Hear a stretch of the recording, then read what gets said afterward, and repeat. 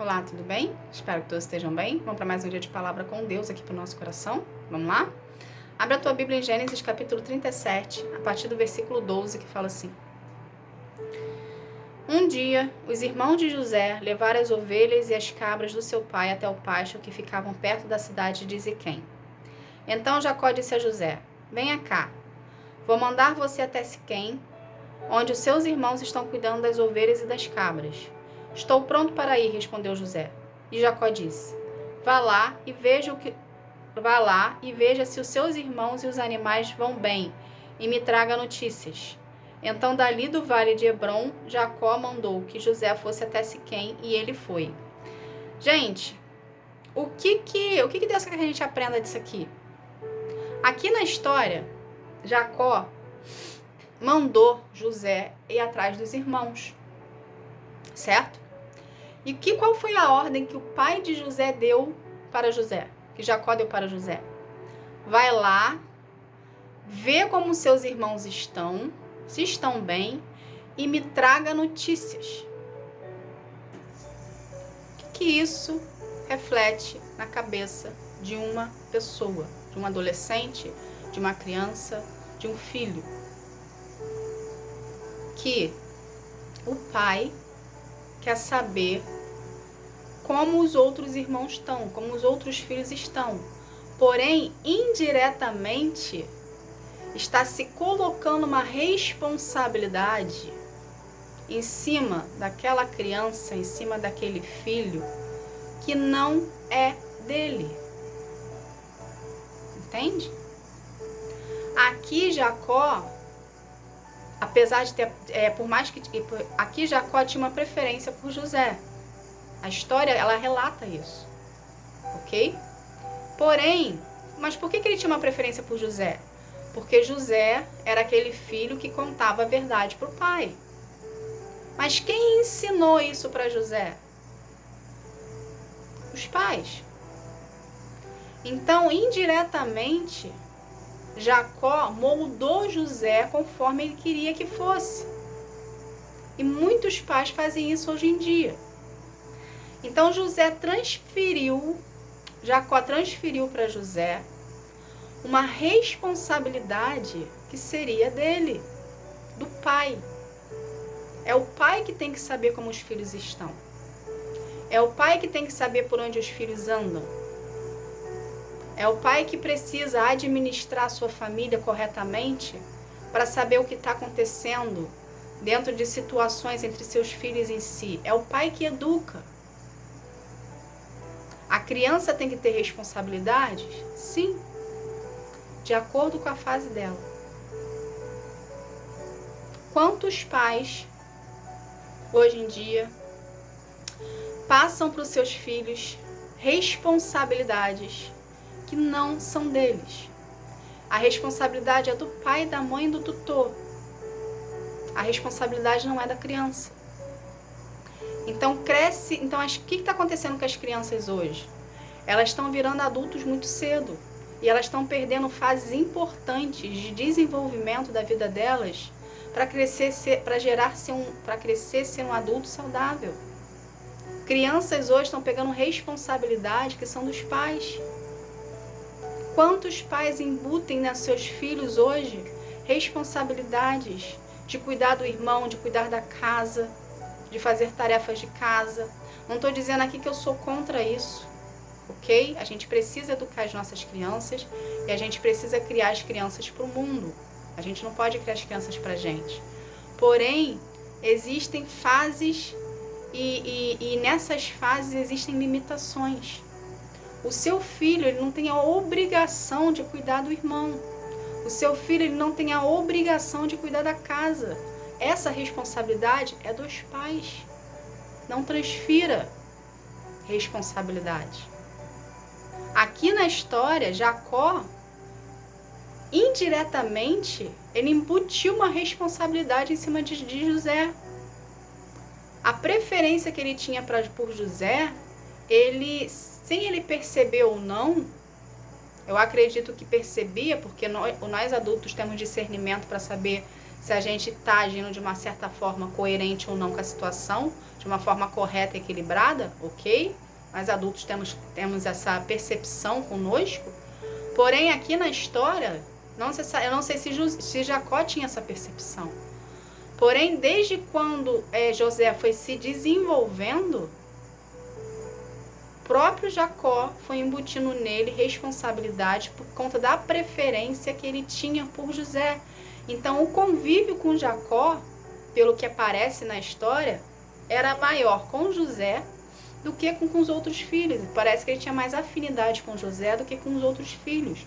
E com isso, com essa afinidade que cresceu entre José e Jacó, existiu ali uma troca de sentimentos, de amor de pai e de filho, e existiu-se ali na criança, que era José, uma confiança no pai.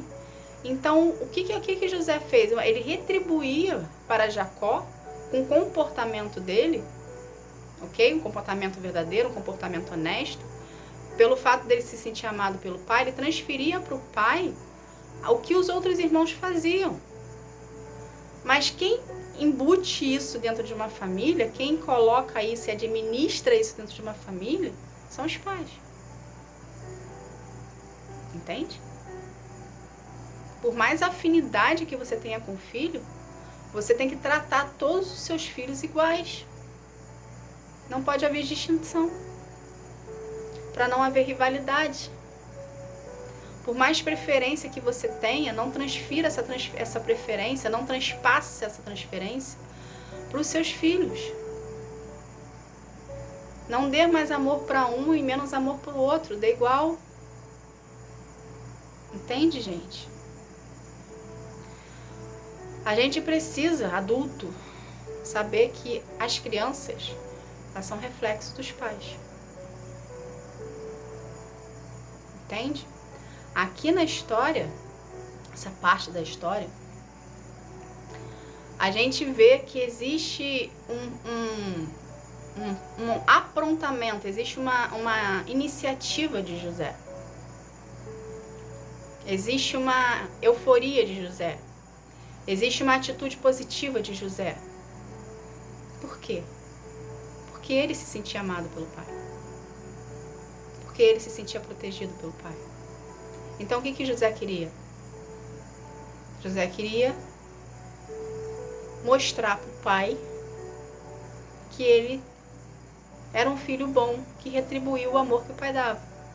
Então, prontamente, quando Jacó mandou ele ver os irmãos dele, ele prontamente se mostrou disponível para poder ir ver os irmãos, como estava trazendo notícias. Indiretamente, Jacó estava transferindo para José uma responsabilidade que era de Jacó, mandando José ir até os irmãos para poder ver como ele estava, para trazer notícia para o pai. Por mais velho e avançado de idade que Jacó estivesse, Jacó não poderia ter feito isso. Porque o filho, ele não é um leve trás. E isso, essas atitudes, numa família de pais com seus filhos, ou do tutor com as crianças, isso embute dentro deles, dentro das crianças, uma rivalidade. Uma rivalidade, um descontentamento, um ciúmes, uma inveja. Entende? A gente precisa lembrar que a oposição está ao nosso derredor. Não é porque é criança que a oposição não vai estar. Não é porque é criança, é porque é inocente. A criança é inocente a partir do momento que ela tem um ambiente que transfira isso para ela. Mas se a criança vive num ambiente que não tem inocência, a criança vai crescer uma criança maliciosa. Vai desenvolver nela situações, atitudes, características, personalidade de uma criança maliciosa. Ou seja, houve-se uma brecha numa criança a qual a oposição se apossou ali, porque a oposição só precisa de uma brecha do tamanho de um fio de cabelo para poder entrar na nossa vida, independente da idade que a gente tenha, ok? E ela cresceu e desenvolveu ali uma criança com malícia por conta da educação e do ambiente que ela vive com os pais.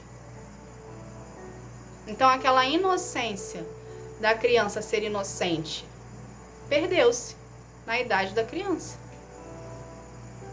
E ela vê aquela situação ali, aquele cenário que ela convive com os pais ali, aquela casa que ela convive ali, como algo comum. Então, o coração dela já cresce um coração transformado, um coração voltado para maldade, um coração voltado para malícia, um coração voltado para o errado. Entende? Porque ela aprendeu que aquela malícia, que aquilo errado, que aquilo ali, que aquela situação que ela convivia, era uma situação certa. Então ela pode vir a se tornar um adulto invejoso, um adulto mau, um adulto com distúrbios. Porque o lar que ela cresceu era um lar em déficit de amor, em déficit de respeito. Entende? Era um lar sem respeito, era um lar sem amor. Entende, gente? Por isso que hoje em dia nós temos muitos adultos traumatizados, que procuram-se terapias, que procuram-se psicólogos por conta de infância que tiveram com traumas. Por isso que hoje nós temos dificuldade de socialização. Por mais que tenha internet, hoje existem muitos adultos com dificuldade de socialização por conta de traumas que viveram na infância. Então, o seu lar precisa ser um lar equilibrado. E para haver esse equilíbrio dentro do lar, a gente precisa buscar mais a presença de Deus. Porque é Ele que traz o equilíbrio para nossas vidas. É Ele que nos coloca nos trilhos, que nos mostra que estamos errados. O Espírito Santo mostra que estamos errados. Entende? Então, seja você o pai e a mãe que coloque a presença de Deus dentro da sua casa, para ensinar os seus filhos o caminho que devemos andar. Porque na própria palavra diz: ensina os teus filhos que o caminho se deve andar, que jamais eles se desvirtuarão dele. Então você, pai, precisa ser exemplo dentro da sua casa. Você, pai, precisa colocar o seu filho no caminho que ele deve andar. Se você é um pai que nunca teve isso, quebre o ciclo da sua família. Não é porque os seus pais foram de um jeito que você tem que ser igual aos seus pais, que os seus filhos têm que ser igual aos seus pais. Não. Não tem que ser. Não é para ser. Mas você só vai conseguir encontrar essa orientação e o que você deve ser com os seus filhos, para os seus filhos crescerem adultos saudáveis, sem traumas de infância, sem traumas de passado, procurando a presença de Deus. Entende? Então traga Deus para perto de ti. Traga Deus para o convívio da sua família. Ore em família.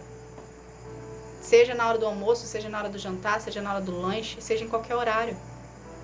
Traga a existência de Deus, mostre para suas crianças, para os seus filhos, sejam crianças, sejam adultos, sejam adolescentes, que Deus é presente na sua vida e que Ele faz a diferença.